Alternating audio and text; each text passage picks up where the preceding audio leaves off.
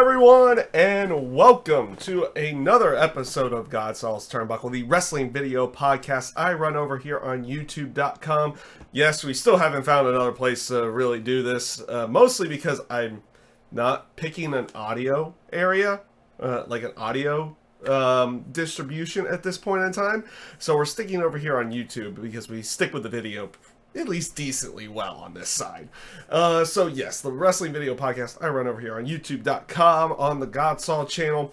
And this is the week of March basically the week ending on March the 4th, 2018. And we had a decently interesting week in the terms of wrestling side. We're going to start off on the news side. We're going to stick with most of the news side of everything for the time being, at least for the first little bit of everything, because we had some interesting stuff that went down, just a few of the stories that went down this week.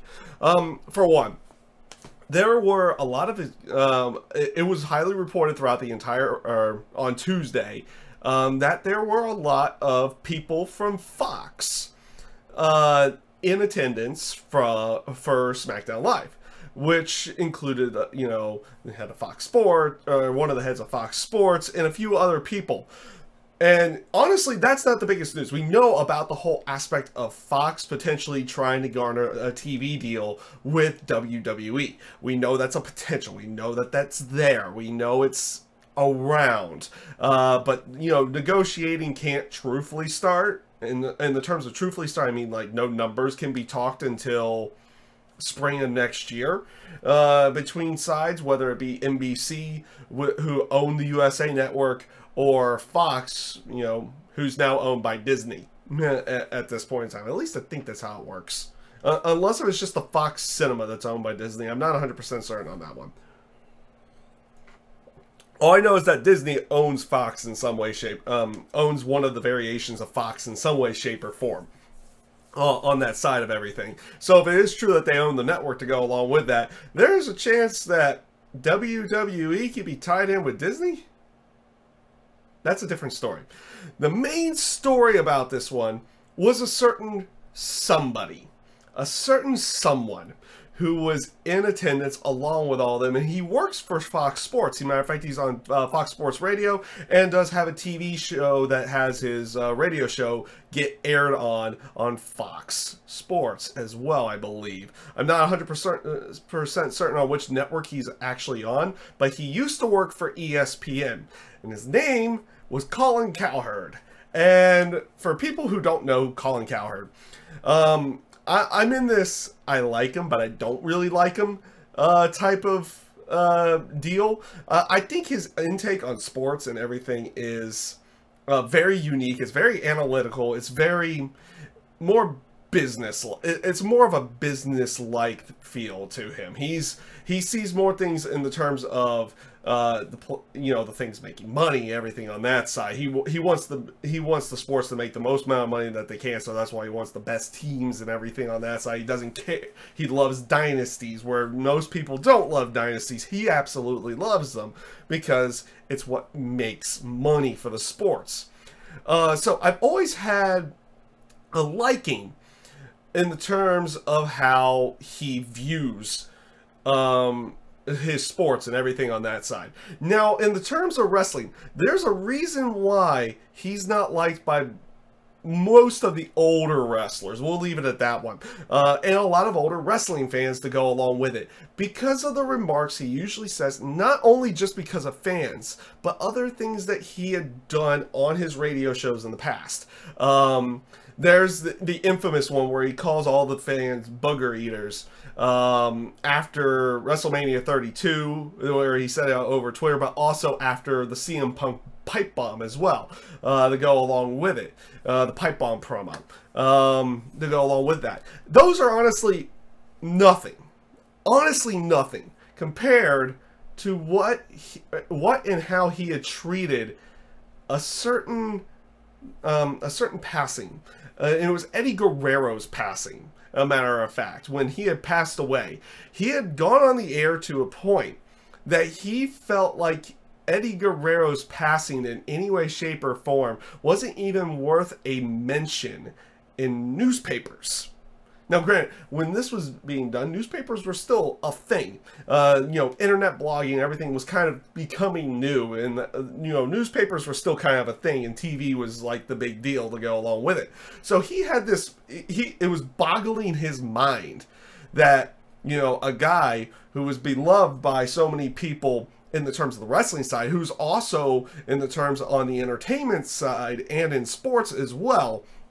Who was liked even in the sports side of things as well, was getting all these mentions and everything on that one. And it's like he felt like because he didn't know who the guy was, he wasn't even worth his time. And not even worth his time, but he felt like it wasn't worth anyone's time to go along with it.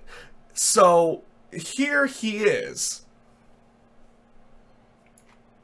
Here he is many years later at a SmackDown Live event. Matter of fact, front row. And even talks about it on his show a little bit, like the next day or a couple days later. I don't know how long it was afterwards, but he was talking about how professional the business, the company was, talking with Stephanie and, taking pictures with Charlotte and Natalya backstage and saying he had a blast at the show and was like commending the interaction with the crowd and everything to go along with that. A big 180 from where he had always stood, not only about the wrestling business, but the wrestling fans to go along with it. And we all know what that is. And this is one of those times that I'm actually truthfully going on kind of a rant. We'll just leave it at that. And it's with him, it's almost hard to believe that he can do a 180. Now, granted, we can give him credit where credit's due. Maybe it was the first time he had ever been to a WWE live event, and maybe he had gotten the wrong impression from what he had seen on TV, and now he's been to an actual event. It's like, oh, this is actually fun, which is what most of us feel when we go to a show. We want to have fun. We want to mingle and chant and do all these different things. And it's fun, at least to us and to anyone who goes to a WWE show, anyone who goes to a Ring of Honor show, anyone who goes to a New Japan show, any of the shows, Impact Wrestling even, to go along with it. Though that's debatable because some of the people now are actually paid to be there, which is weird. But, we go to these wrestling shows to have fun. And maybe he's always gotten the wrong impression of it.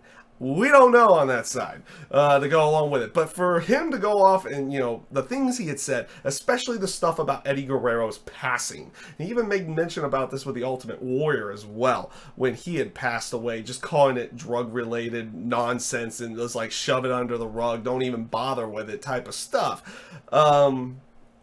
And now he's doing a 180 because Fox is interested in WWE. And he works for Fox. Just saying on that side. But then again, like I said, I'm going to give her credit where credit's due. There's like, maybe he had never been to a WWE show before. Maybe it was the first one. And it's like, oh, this is actually a lot of fun. Look at the crowd interacting with what's going on. And the wrestlers themselves are interacting with the crowd to go along with it. It's like, maybe he gets it a little bit. It's like maybe he ends out getting it. It's like, oh, I've had the wrong impression about this. Maybe I should praise it a little bit to go along with it. But it doesn't take away from the factors of the horrible things he had said, not just in Eddie Guerrero's passing, maybe not even just with the Ultimate Warrior's passing, but also with the fans as well, and what he's called them in the past to go along with it. And that's where a lot of this is going. Like I said, for the most part, the news portion of it is more of him than it is with Fox being at the show. You kind of expect this now. We know Fox is, talking with Vince and Stephanie and the WWE and all this about a potential TV deal down the line when the contract is up next year in September for the USA Network. So we know these things are coming. So it's not news, the fact that Fox is, at a SmackDown event. It's more on the aspect of Colin Cowherd being there, what he said about wrestling in the past, and what he's saying now? And is it convenient that he works for Fox and he's praising the WWE out of nowhere? I don't know. It's one of those things. He's been one of those biggest proponents against wrestling, against WWE, against the whole sports entertainment thing.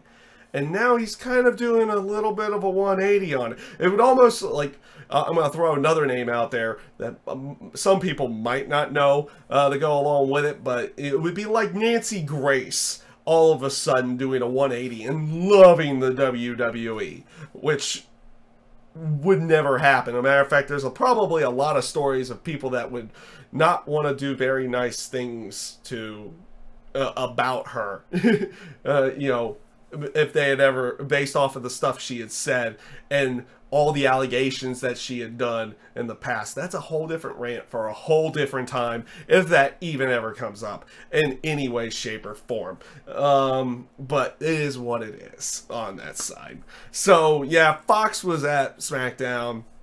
Colin Cowherd was along with that, and all of a sudden he's done a 180 on WWE.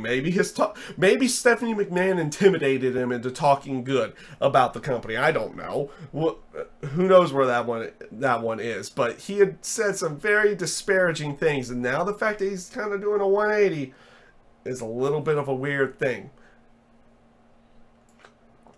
But in other news, on the wrestling side, it seems like something unfortunate has happened at a live show, at an indie show recently with Rey Mysterio. He was in a tag match. I don't know who he was in a tag match with, but apparently there's a potential that Rey Mysterio has torn his bicep and is injured and has torn his bicep, which will probably require surgery, which will probably mean he would be out of many different wrestling events here in the very near future. Now, he could be one of those guys that's like, nah, I'm going to tape it up and go, especially because here later this month in the Los Angeles area, he's supposed to be facing Jushin Thunder Liger at the New Japan show that's here in that's out you know, stateside in LA. And he may be out of that match. We don't know where that side is going. It also takes away other potential rumors of him being at WrestleMania to go along with it. There was a rumor, which I highly doubt is the actual case. There is a rumor that he could potentially be the match for John Cena. Because The Undertaker might not be the match for John Cena, which they played off of that on Raw. We'll talk about that when we get into the Raw talk of everything. But it would take him out of that potential because even though he may be able to work the New Japan show, maybe they'll allow him to, you know, tape it if he wants to. Honestly, I would say for him, get the surgery, get yourself healed, you know, do what you need to do on that side before coming back. Come back at 100%. But New Japan, you know, it is one of those shows. It's like, if you want to do it, you go ahead and do it, and they'll let you do it. But we know WWE won't let him at this point in time. So he's definitely, if it's true that he tore his bicep, he's definitely out of WrestleMania. We don't know if he's out of the New Japan show. It's all, I think that's kind of up to Rey at this time. I would personally hope he decides to, you know, get surgery done as quickly as possible if he did tear his bicep, and gets himself better at a sooner pace than just going out there and risking further damage by having a match that, yes, would be a very big draw. Let's not get that wrong. Him and Jushin Thunder Liger are legends in the business. You know, Rey, I think in the terms of the United States, more than Jushin Thunder Liger, but in the terms of the whole wrestling business, you know, everything as a wrestling business as a whole, are two massive legends in the business, and they're gonna go, and they were supposed to go one-on-one at the New Japan show in LA, which could be at risk to go along with it. So speaking of potential, like, we'll get, this isn't even really a segue, but speaking of, you know, potential things with overseas, it looks like WWE may be doing, and this is only rumor, maybe doing they're looking into a potential pay-per-view, not from England, not from Japan, but from Australia. And I don't know the name of the stadium, and that's on me. I didn't do the full research on this one to go along with it. I don't know the stadium. I know they've held big cricket matches in this stadium, and it has the potential of seating over 100,000 people. That's an interesting one. And there's even rumor, you know, the factor that Ronda's now with the WWE, with Ronda Rousey being part of the WWE, that she could be headlining that show because she's fought in Australia before. Could be a big draw there, everything on that side. And it would be interesting to see if WWE would be willing to run a live pay-per-view from Australia, where they would literally have to... What is it? In order to do it Sunday, in order to do it Sunday live at a normal time here, it would have to be sometime Monday morning over in Australia. I'm not sure what the actual time difference is. I remember when I watched Beast from the East, they did it live they did it live on a Monday night, or not a Monday night. Live on a Sunday night, and it aired live on the WWE Network, but it aired live at 2 a.m. in the morning to go along with it. So it would be somewhere where we would potentially have a live pay-per-view here in the United States at like 2 or 3 in the morning to go along with it. That would be an interesting thing to see if WWE would be willing to do it. In some way, shape, or form. And how many people could they really fit in this stadium? They say for certain types of events that it could hold over 100,000. Who knows if they would ever really be able to get that there?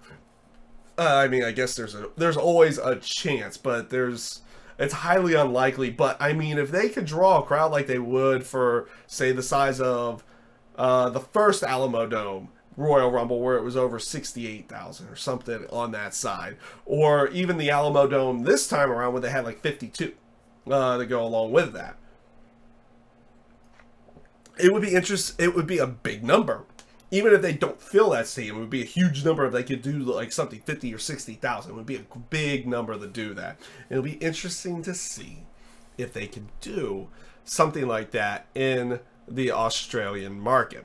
Now, and especially if they're going to go ahead and do it with Ronda Rousey as one of the headliners, because she's fought over there in the UFC and is potentially a giant draw to go along with that. It's one of those things that's like, yeah, Ronda's actually kind of paying dividends as I'm checking to make...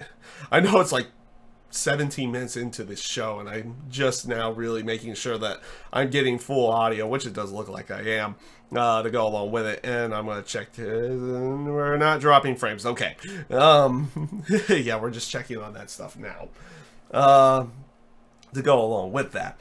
But it will be interesting to see how that one is going, if that is going to be true.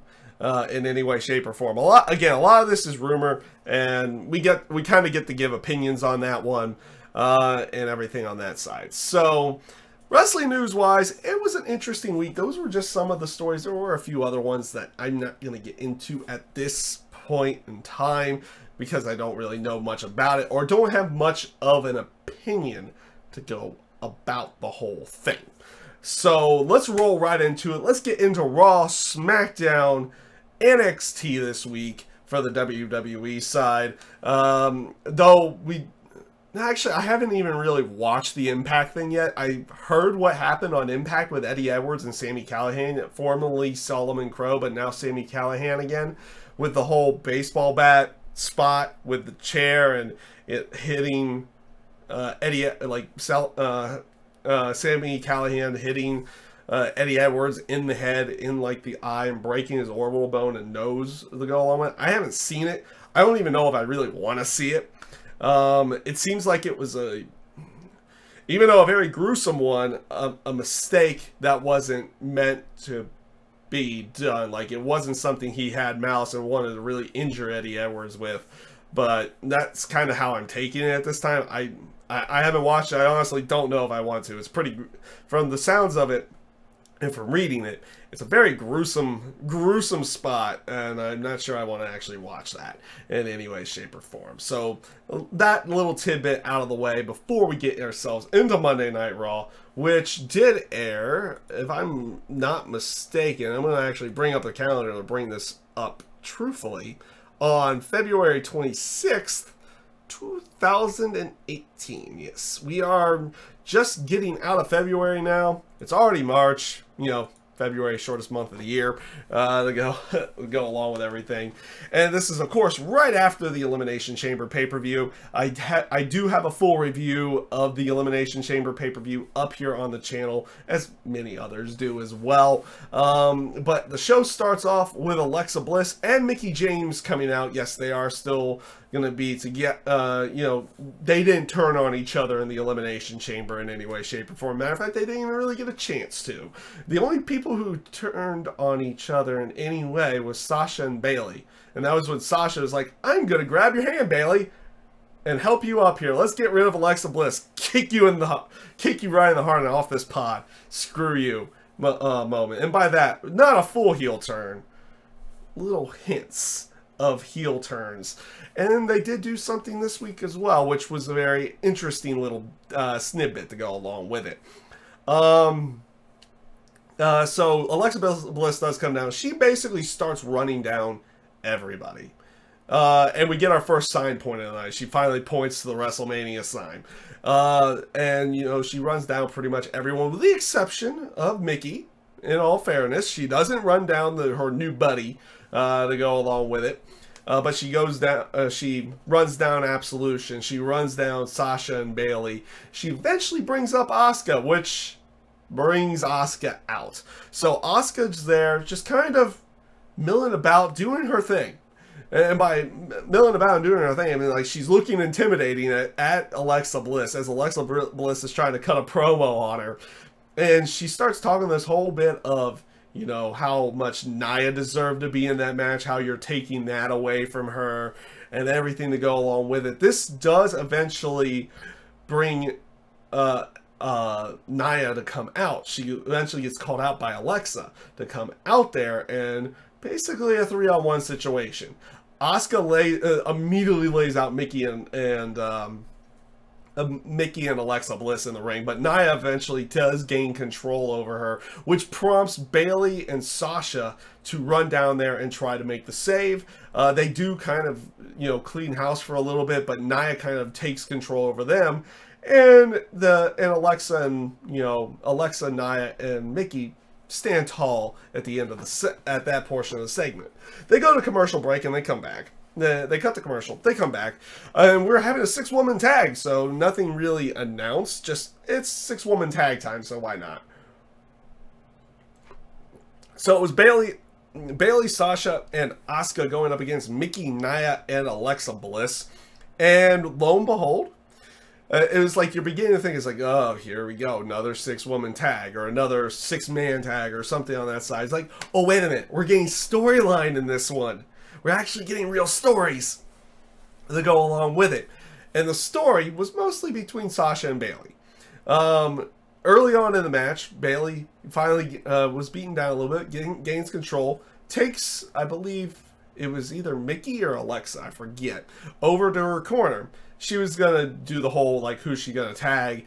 But Sasha does, like, your typical, like, frustrated hard tag to Bayley.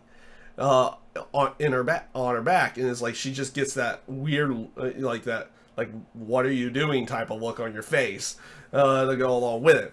So Sasha gets beaten down for a good chunk of the match, and eventually she gets around the opposition and goes to tag Bayley, because Alexa had just taken out Asuka, and she goes to tag Bayley.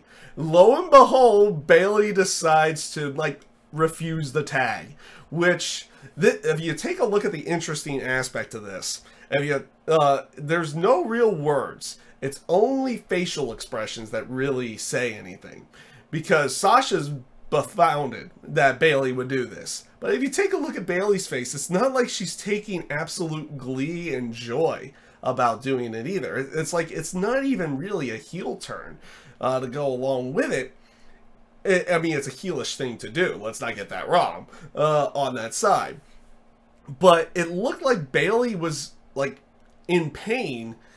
The fact that she had to do this, like she felt like she had to do this, and it didn't feel good to her in any way. So, and then even later on in the match, like when Asuka gets tagged into the match, you know, she was going to, Alexa stops a pinfall attempt, but Bayley comes in and helps out Asuka, and then eventually Asuka gets the tap out victory over Mickie James, so Sasha, Bayley, and Asuka win. But the story is the whole aspect of the Bayley-Sasha thing, and we're finally getting a feud in some way, shape, or form, and we're getting kind of, it's a little bit of a different way of doing their feud that they had over in NXT. This time we're going to be getting a heel turn in some way, shape, or form from one of those two. Now, don't get me wrong, it could be Bayley. For all we know, this is like her full heel turn, even though she doesn't look like it in the terms of her facial expressions after this to go along with it. But it's one of those bits of, we're going to get a heel turn on this one. Beforehand, you had a distinct babyface and a distinct heel. Now you're getting who's going to turn on who's truthfully going to turn on the other one, and who's going to be the heel and who's going to be the babyface going into a match. More likely at WrestleMania. To go with that. I'll go along with that. So we'll see how that one goes. And it's like, hey, look at this. We're actually getting an intriguing storyline, or at least the beginnings of an intriguing storyline. Hopefully it stays that way throughout the entire thing. So this brings out John Cena. I appreciate this storyline, even though we know none of it can potentially be true, because Cena's going to have a match at WrestleMania, and there's still a heavy chance that it could be The Undertaker, even though they make mention to it in this promo. The thing that I appreciate about this one, and we'll talk more about it on SmackDown as well, with the SmackDown portion of the review as well. The reason why I'm appreciating this is because Cena is going to depths that he doesn't normally go to. Like, he's starting to feel sorry for himself. Cena never feels sorry for himself. He's never been this down before. He doesn't have a clear road to WrestleMania. Comes out there and says, I should challenge The Undertaker. And the crowd's going nuts. They're doing yes chants, all this good stuff. And it's like, and it's not going to happen because the higher-ups say that it's impossible. It's impossible to do. It can't be done, not allowed to be done. And so he says it's like he needs to find his road to WrestleMania. So he's going to go off to SmackDown, being a free agent, and try to earn his way into WrestleMania. I appreciate this promo. I get where they're going on the storyline. And they need to go all the way with this. They really do. Like, he needs to be so down and out at one point that to make it believable to a certain degree. Like, because no one believes that he wouldn't be at WrestleMania. No one believes that. But the story that they're telling is like, will he be there? We don't know. Will he have a match? We don't know. Though I don't believe it for a single moment, I appreciate it, and I thought it was good. I like these. I'm liking the promo that Cena gave this week. I thought it was a good one. So this leads us to what was supposed to be Bray Wyatt versus Heath Slater. Never happened because Wyatt beats down both Rhino and Slater before the match, and then he cuts a promo about Matt Hardy and how, you know, Matt made him do this. Like, it's almost to the point it's like, Matt is the woken one, and Bray is the broken one to go along with this. And it looks like the feud's going to continue. But this is going to lead to us getting a pre-filmed segment, either at WrestleMania or something else. I don't know. They even made mention to it. Matt Hardy's made mention to it, not on TV, but on at least social media side. They're going to be calling this the ultimate deletion.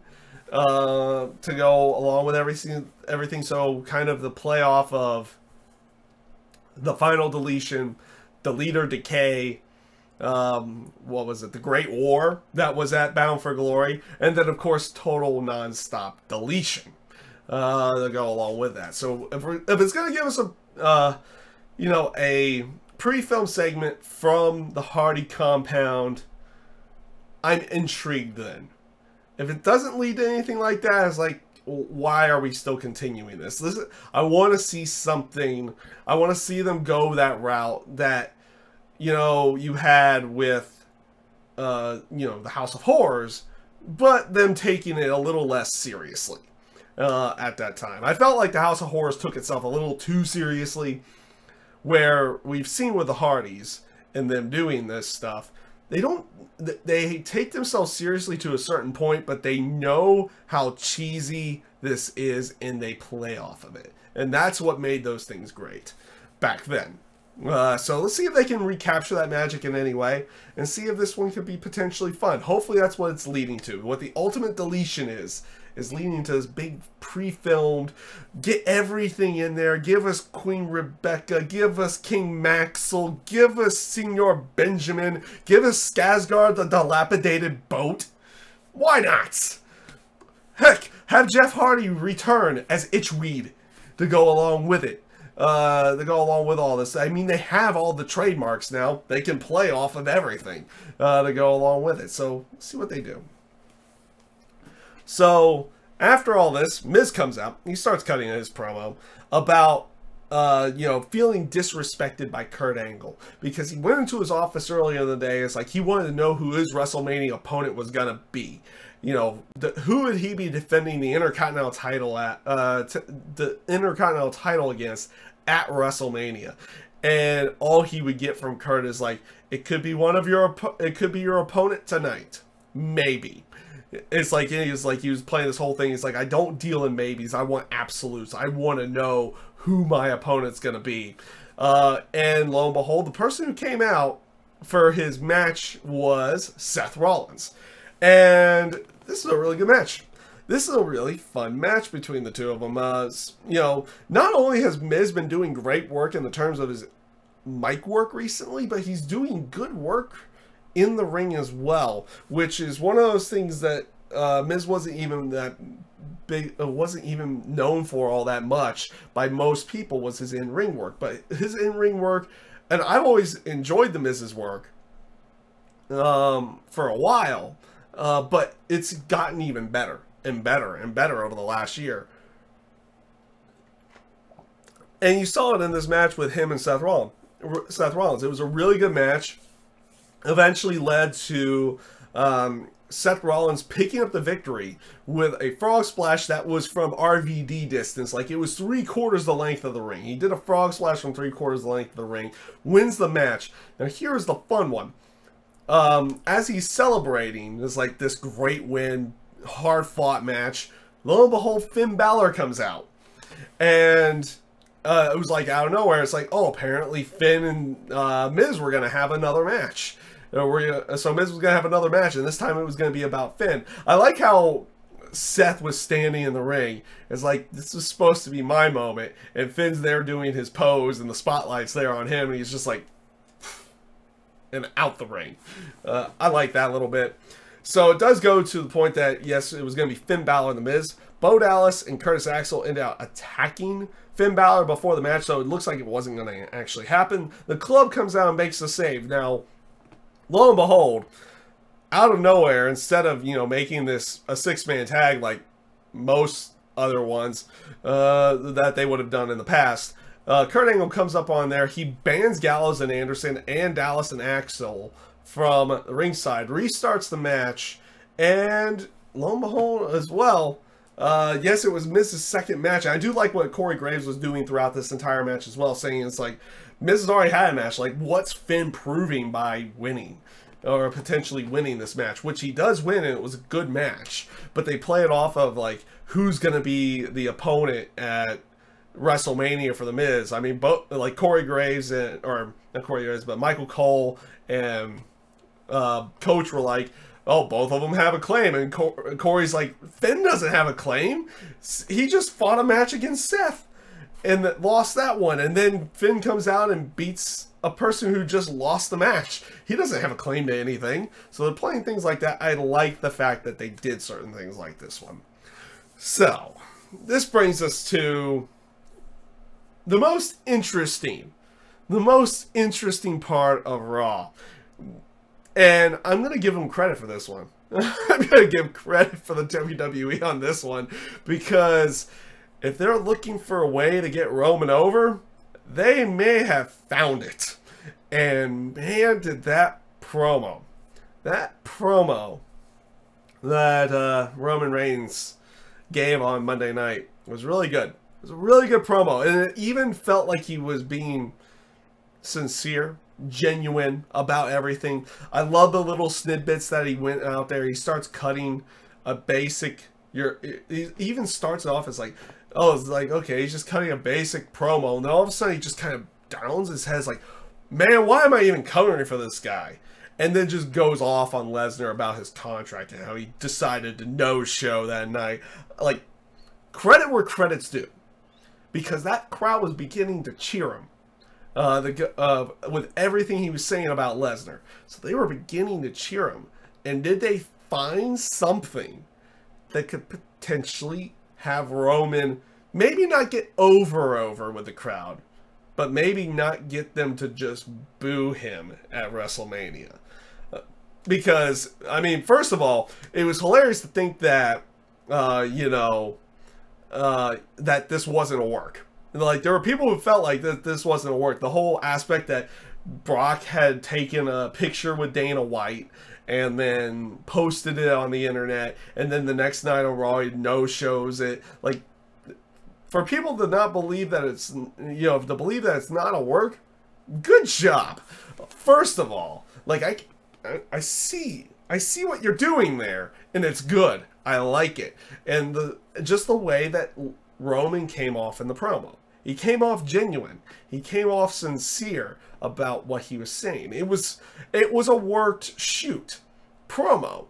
Like everything that was said, they knew was going to be said. I even like the aspect that Roman goes like, you know what? I'm gonna exit here now. I'm gonna go take my ass chewing like a man because they don't like what I'm saying right now. And boom. It was good. It was good. And I liked it. And they have a potential. Like, I've been a person who's always said, I don't mind Roman. I don't mind him being on the top like that. He apparently draws good money. He apparently draws good merch money. So, he's going to be on the top. Yeah, his mic skills were lackluster. His in-ring work's gotten better. But this was a good one. This was a good one.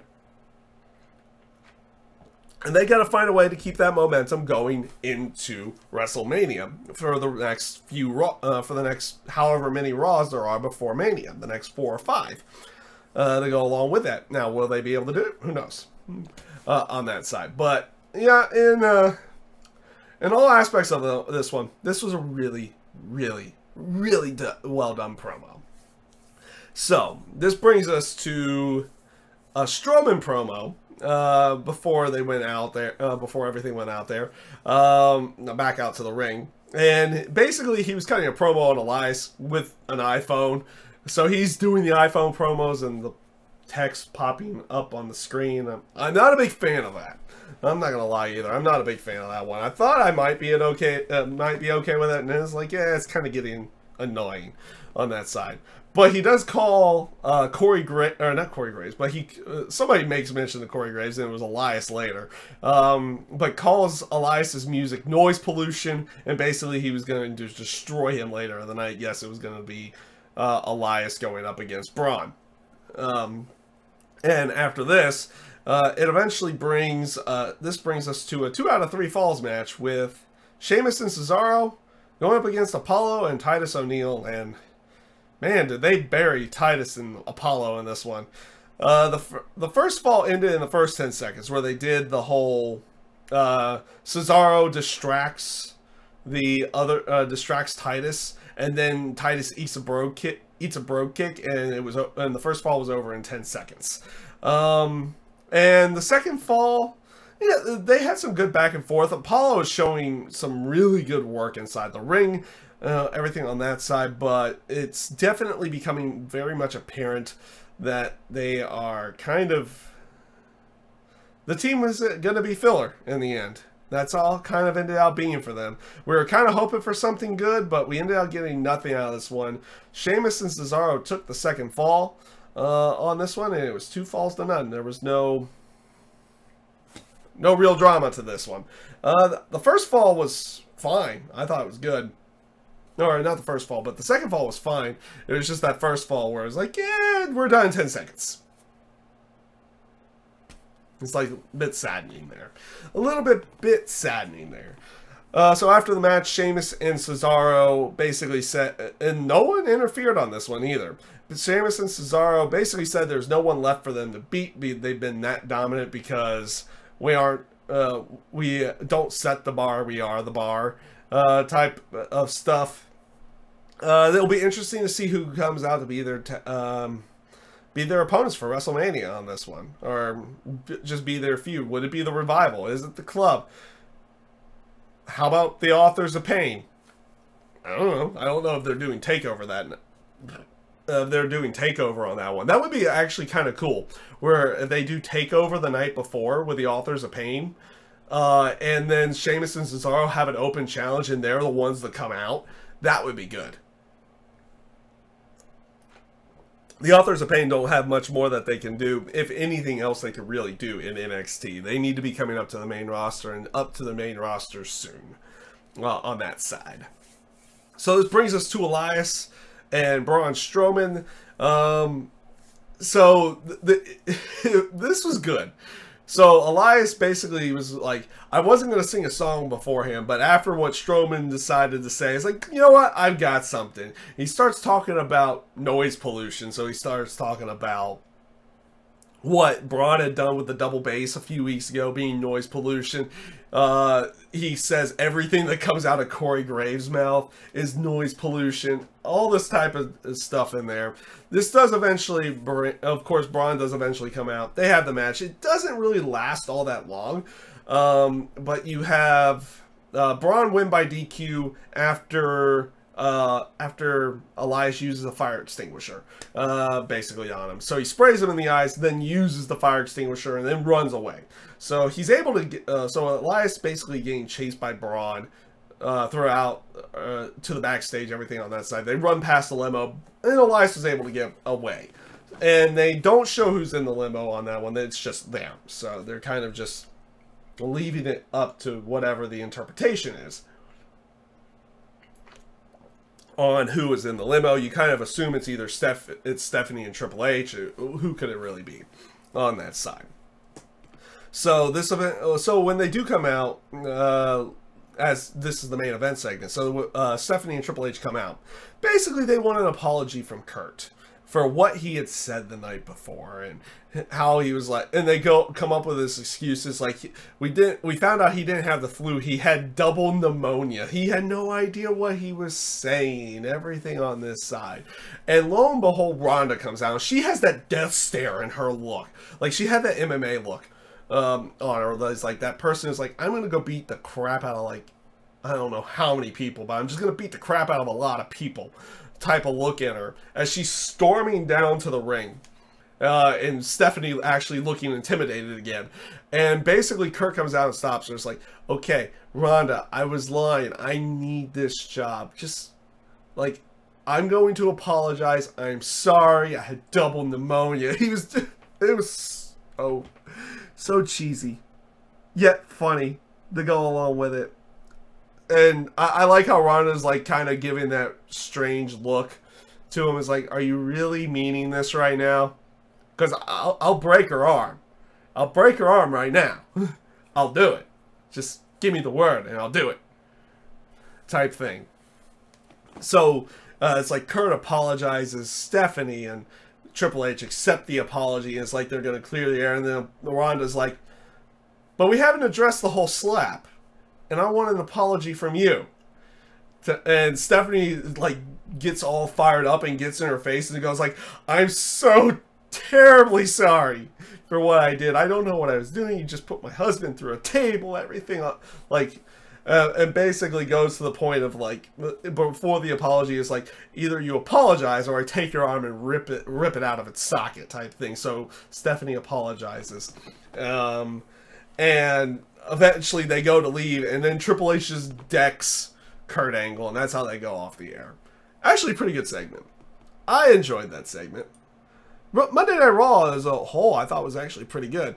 For the most part, it was good. You got some good story build going into WrestleMania on that side. You have some interesting storylines with Cena. You have some interesting storylines with Roman. You have an interesting beginnings with Bayley and Sasha. Them, you know, like we're finally gonna get the heel turn, and who's it gonna be? I'm not like they could still make it Bayley, and I'm not gonna say that a heel Bayley won't work, but like most people are expecting it to be Sasha as the heel. It would be interesting if this entire time they're gonna play it off as no, it's gonna be Bayley who's gonna be the heel now. It'll be interesting. Let's not get that wrong. It would actually be interesting to see.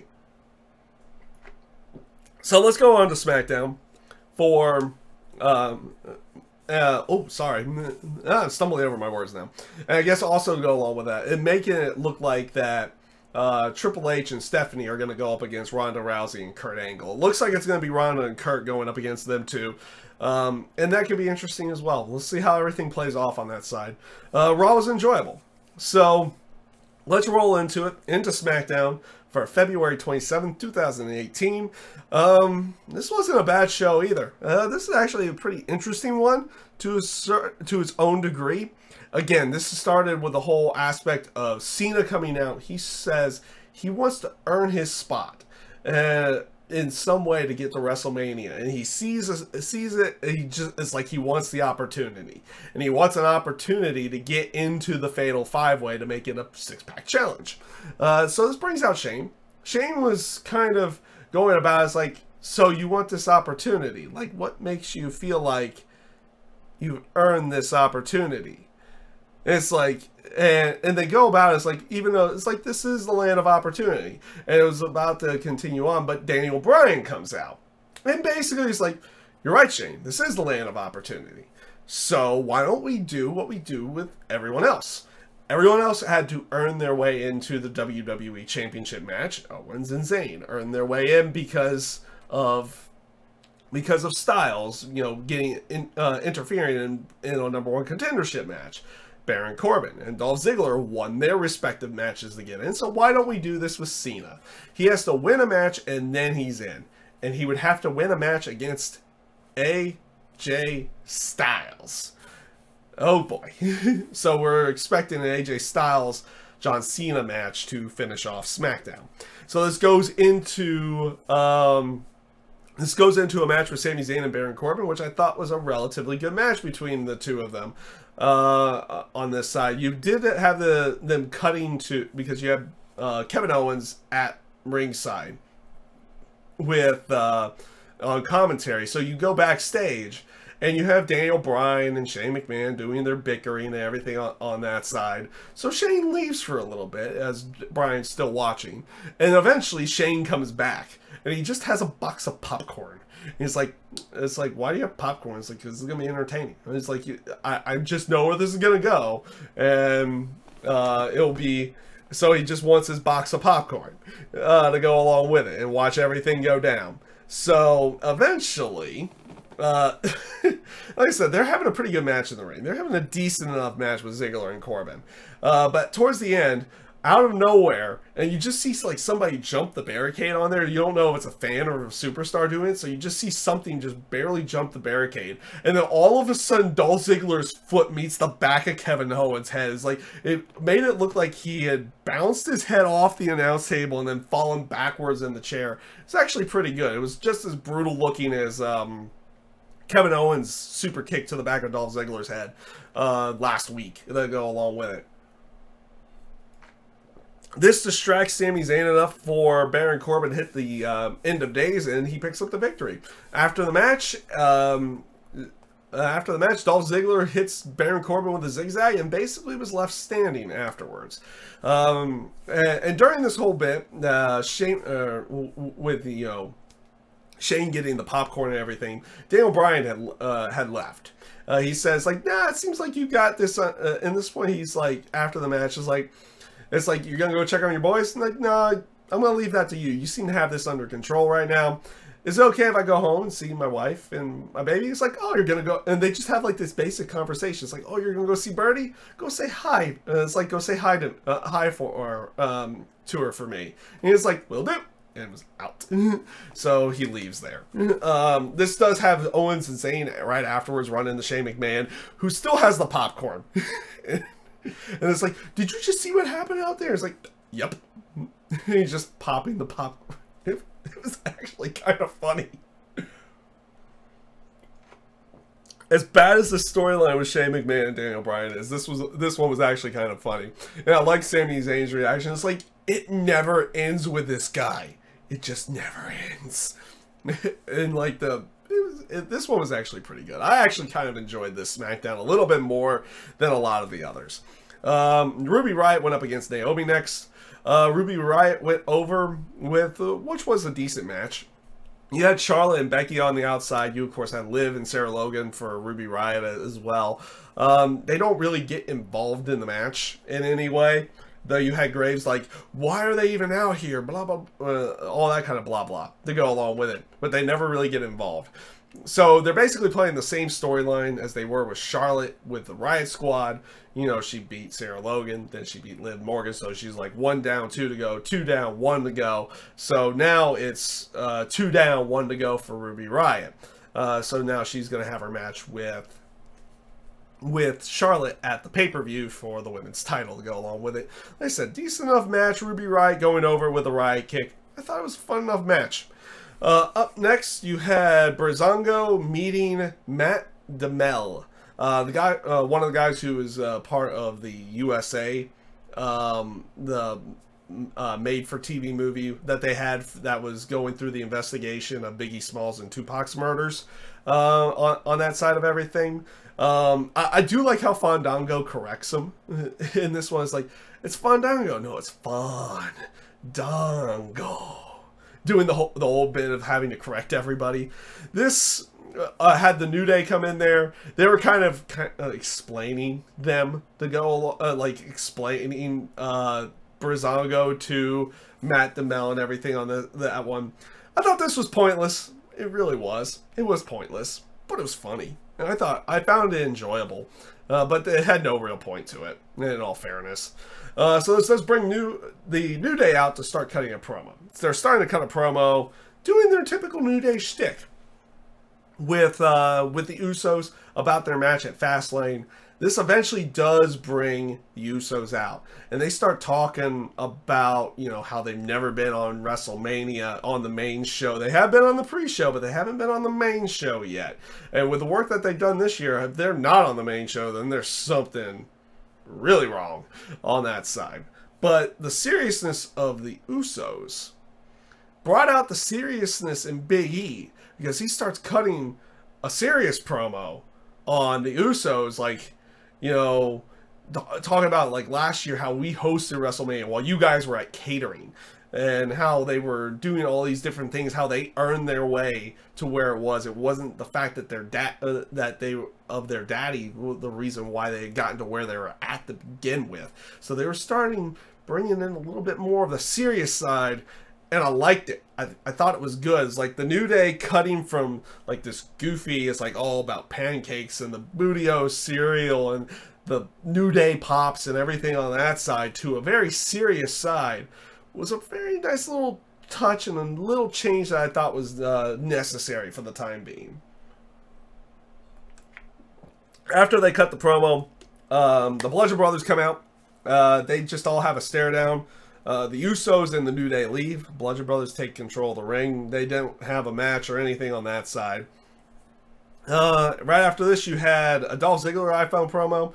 Normal promo from Dolph, kind of saying, it's like, you know, I'm going to do what I was born to do, main event WrestleMania. It was like typical stuff. And of course, everything flashing, all the words flashing. He does call John Cena the Golden Boy, having to go through the Golden Boy and everything on that side. So, you know, some decent stuff. We had a lot of interviews here on this side of everything. He had a Bobby Roode interview, basically talking about his match with Orton, talking about, like, minimally talking about the whole SmackDown Top 10 list, which apparently is not a weekly thing. It's just, they made it once, and now it's, like, becoming a pseudo storyline to this Bobby Roode, Randy Orton thing. Orton comes in there, it's not about list, it's about that title. The fact that I've never had it, and you just happen to be the person that I have to go through to get it. Simple enough. Should be a good match. I think it will be. Up next was a match with Aiden English and Shinsuke Nakamura, and yes, Rusev was out there, so Rusev is finally back on the show in some way, shape, or form. This was a decent enough match. They didn't really make Aiden English as too much of a jobber on this side. He did get some offense in, did some decent stuff. I thought it was a decent enough match. Of course, Nakamura goes over with a Kinshasa. Afterwards, of course, you know, Rusev's taking Aiden English out of there. Maybe it's leading to a match with Nakamura and Rusev at Fastlane. I don't know. We'll see how that one plays off and where they go with it. I mean, they do have one more SmackDown. And afterwards, Nakamura was leaving. Cena comes out for his match, and they have a stare down. That was cool. Planting the seeds of like, oh, it could be Cena and Nakamura at the pay-per-view at not at Fastlane, but at WrestleMania to go along with it. So decent enough spot. They both look at the WrestleMania sign, and Cena goes in the ring for his match with AJ Styles, and it's these two. It's literally those two in a match. What do you expect?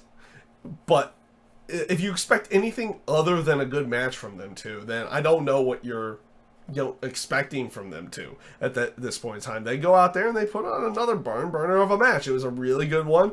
They do have some interesting little snippets in this one. First of all, they both kick out of each other's finishers, the Styles Clash and the AA, during a commercial break. Okay, we'll just leave it at that one. During a commercial break, when was the last time you really seen anything like that? Now, granted, it plays up the whole aspect as like it can happen at any time or anything on that side, but they had them kick out during a commercial break and they just have to show it later. It's like, interesting. So, a little bit later on in the match, Cena had run into the stairs on the outside. Styles had gotten back in the ring, and the refs beginning to do the count. Styles is refusing to count because he just wants to beat Cena, heads up in the ring. This does, so as he is stopping that count, where he might have gotten the 10 count, he goes outside to get Cena. He gets put through the table with an AA. Cena does try to get the 10 count, was a little dejected when he didn't get it. They had some good back and forth to go along with this, and eventually Cena does pick up the victory with an attitude adjustment in the middle of the ring. Goes over clean. Very good match. Like I said, when these two get in the ring, you expect a good match, and that's what we got here. After this match is when everything kind of went nutty, and they actually cut off really, what was it? Like in the middle of it. So Kevin Owens and Sami Zayn come out, and they were they were coming out, and then Baron Corbin attacks Cena from behind. So this brings in all them, and then Ziggler makes the save. And Ziggler makes the save to go along with it. As it looks like Cena, Styles, and Ziggler were going to stand tall, Ziggler super kicks AJ Styles, and as they're going off the air, he eats an AA. So basically, Cena was standing tall at the end. SmackDown wasn't bad. I thought it was an enjoyable show. I did enjoy it, at least. At least I enjoyed it on that side. It was a lot better than some of the other SmackDowns that we had as of late to go along with everything. So we'll see if they can continue making things a little bit better, and maybe they're going to just ditch this whole Daniel Bryan and Shane McMahon thing. I don't know. It just hasn't been good on that side of everything. So the Mixed Match Challenge this week saw The Miz and Asuka going up against Finn Balor and Sasha Banks. This is a good match. This is a fun match. I love the whole aspect of throughout the entire match Asuka, even when she's not in the ring, is like worried about the streak. And I do, like her streak and everything, because Finn Balor was like starting off the match with a bunch of different roll-ups and pinning combinations and everything on that side, and so she's getting all worried. And all of a sudden Miz gets over there and she's like, she does like in the lightest hard tag ever. It's like, I've got this. It's like, I've got this, and eventually. It was a fun match. I liked it. I liked what they did here. The chemistry with Miz and Asuka is great. The stuff with Finn and Sasha is really good as well. I thought this was some good stuff on all sides. The ending saw both Finn and Sasha put so Sasha puts Asuka in the bank statement, and well, essentially the same for Finn to the Miz, but it looked more like a crossface than what Sasha's does as the bank statement to go along with it. And Asuka reverses it on Sasha and puts the Asuka lock on, which distracts Finn, and then Miz gets the pin on Finn Balor. This is a fun match. It was a fun match. It was a good thing. It was a good match. It was fun. It had little comical bits in it and everything. Jeez, it just looks like everybody who's doing these matches is just having a blast doing them in every way, because it's just not canon to the WWE stuff. Like, they can do things that they normally wouldn't do in some way, shape, or form. And I thought it was a lot of fun. I am digging the Mixed Match Challenge. I think it's fun. So let's go off to NXT for February. Yeah, February 28th. It'll be February 28th of 2018. NXT was, again, another pretty good show. I thought it was an enjoyable show. You had the Velveteen Dream start with going up against Tyler Bate in the opening match. Yes, Tyler Bate is still in the opening match. But, again, good match. They were telling a very good story throughout this entire match, too. It was just like, you know, Velveteen Dream kind of trying to put away Tyler Bate really quickly and everything on that side, but Bate continually fighting back and fighting back.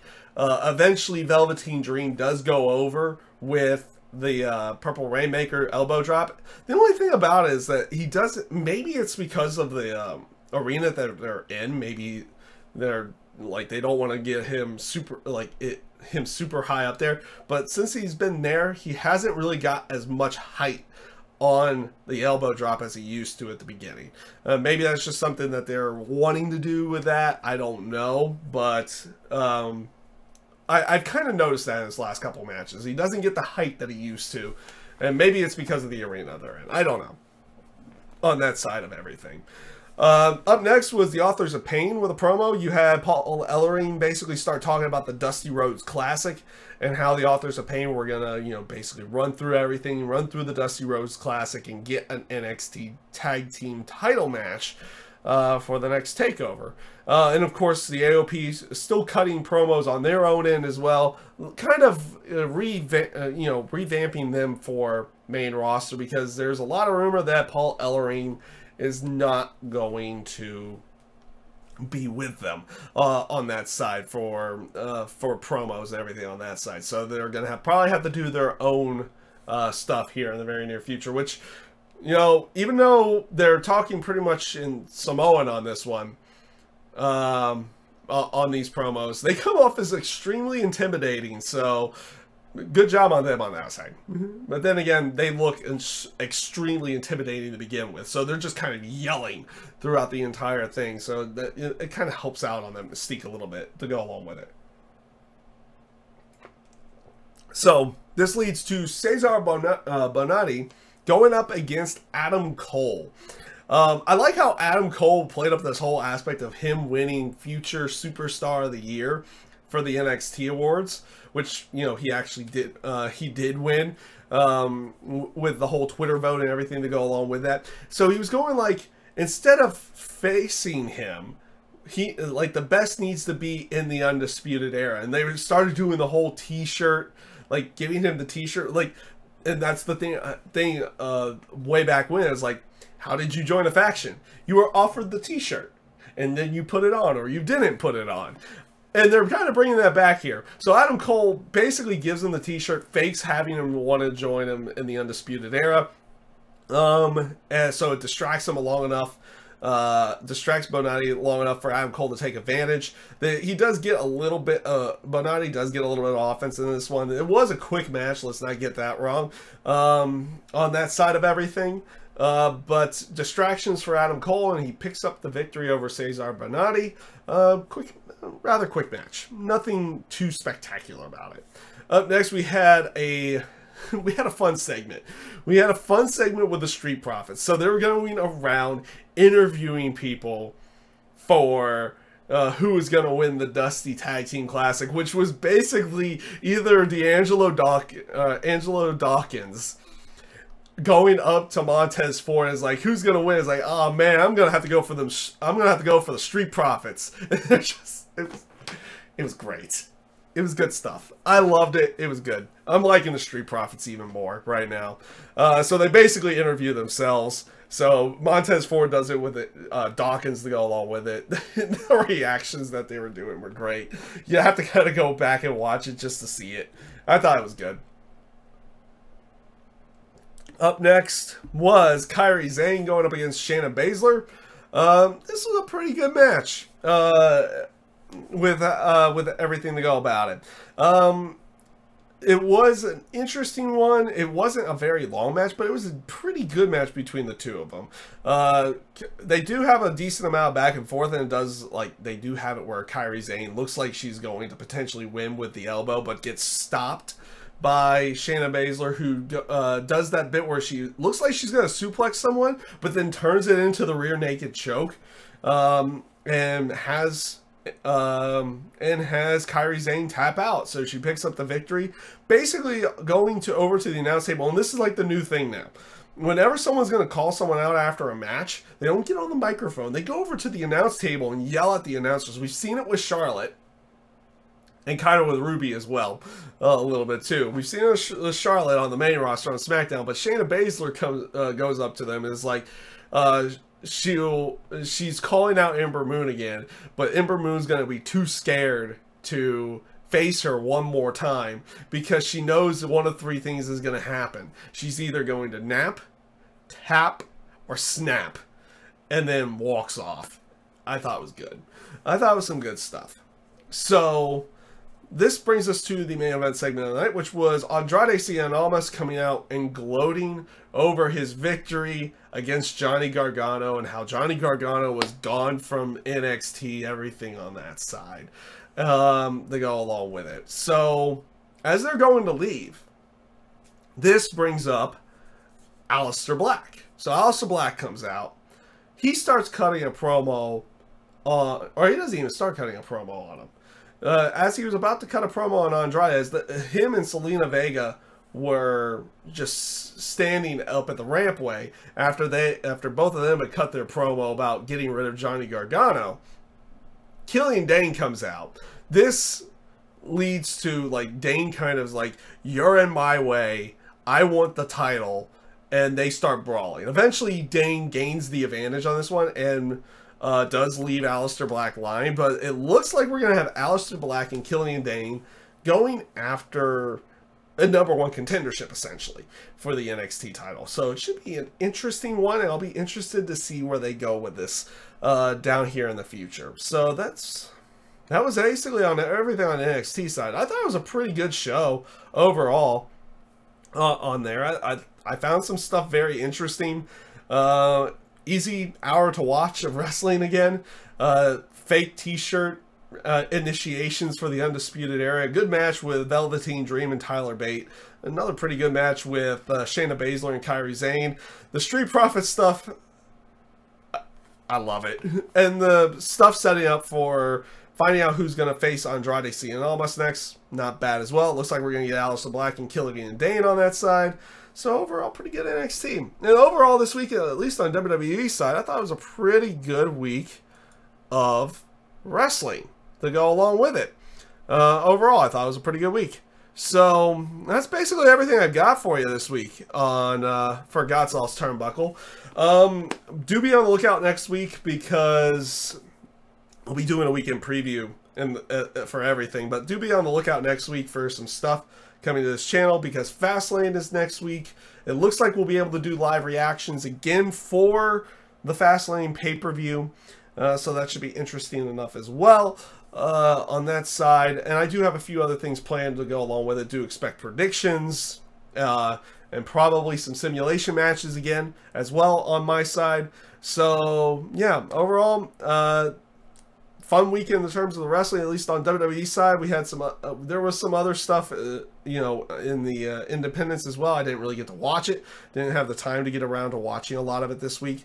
So yeah, with that being said though, with everyone, that's going to be it for GodSaw's Turnbuckle this week. I hope you guys enjoyed everything. I thank you guys for watching, and I hope you have a great rest of your day.